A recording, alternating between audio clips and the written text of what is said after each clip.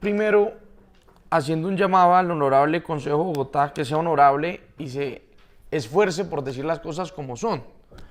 Porque reiteradamente aquí presentan unos estudios del metro, de la ejecución, de cómo va de bien, de que no se puede hacer subterráneo, y salen después en televisión y salen aquí a hacerle eco, a decir no, que el metro subterráneo es lo que hay que hacer, que es la mejor alternativa y que el metro no se está construyendo.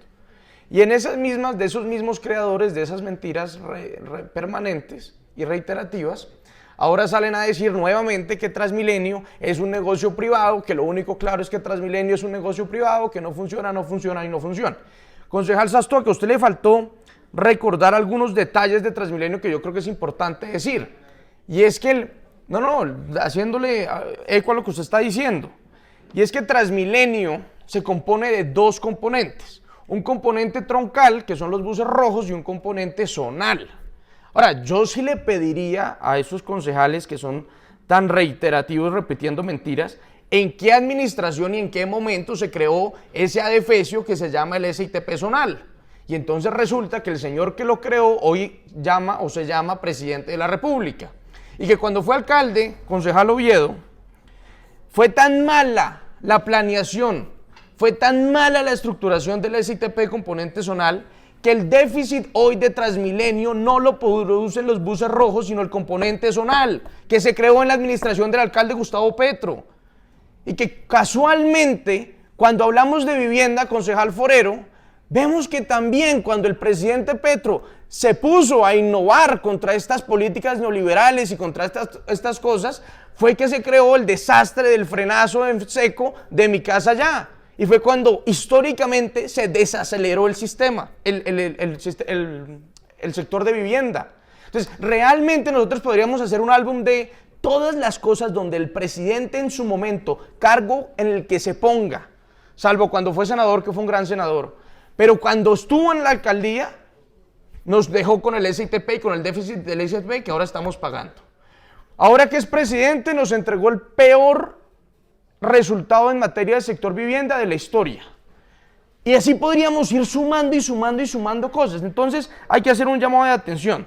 Ahora, yo sí quiero hacer una reflexión también frente a la ejecución del plan de desarrollo anterior.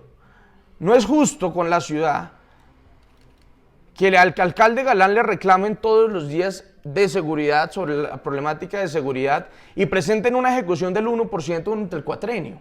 Claro que hubo unos cambios, concejal Sastoque, claro que hubo una pandemia, todo eso es cierto, pero es que resulta que todo el mundo siguió funcionando y todos los contratos se hacen desde computadores. Entonces yo no entiendo por qué no podían suscribir y avanzar en el plan anual en los planes anuales de adquisiciones y en la ejecución de los recursos, por lo menos en seguridad.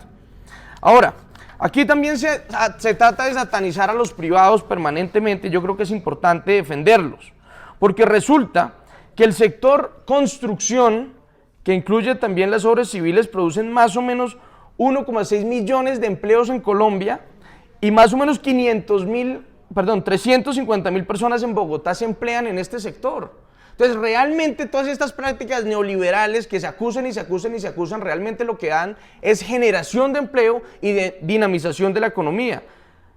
Más o menos 5 puntos del PIB de la ciudad lo generan los constructores neoliberales y todas las cosas que se han dicho.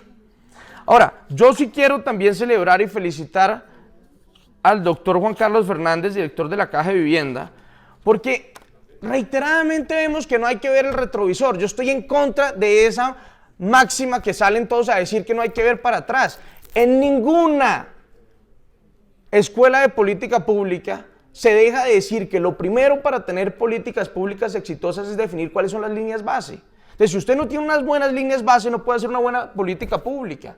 Entonces, aquí sí hay que reconocer unas problemáticas que estamos heredando. Y una de esas es ese plan Terrazas, que resultó bastante mal, y hay que decirlo. Ahora, la concejal Forero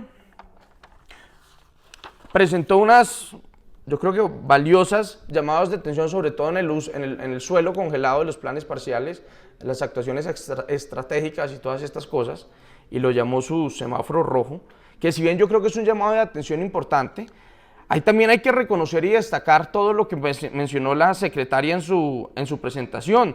500 mejoramientos de vivienda entregados, 700 subsidios de oferta preferente para compra de vivienda, 108 viviendas nuevas en Usme, la entrega de los parques La Joyita, Valle Horizonte y Altamira, 13.741 metros de espacio público efectivo, 1.000 subsidios con más de 22.000 personas inscritas en el programa de oferta preferente, entrega de la Alameda y Limaní, etcétera, etcétera. Entonces, todos estos logros se han hecho en los 100 primeros días y hay que tener también cuidado, así como hay que tener una línea base clara de cómo se recibió, también hay que tener cuidado en qué expectativas se genera. Y aquí hay que ser responsables y yo por eso creo que las apuestas son bastante sensatas. Uno, dinamizar las iniciaciones y ventas de vivienda en la ciudad. Hay que recordar tristemente que este frenazo de Mi Casa Ya, los propios de Camacola han dicho que se puede reactivar en 8,4 las ventas, 8,4 lanzamientos, 12% las ventas y las iniciaciones en 6,2. Pero que si se hacen las cosas bien, podríamos crecer a un 37, ventas en 24, iniciaciones en 16. Es decir, hay que meterle la ficha al sector vivienda. Ahora hay que tener cuidado cómo se hace. Entonces, compartimos, digamos, ese deseo de dinamizar las iniciaciones y ventas de vivienda. Hay que dar la discusión del suelo de renovación, queridos amigos de Renovo y la secretaria de Integración.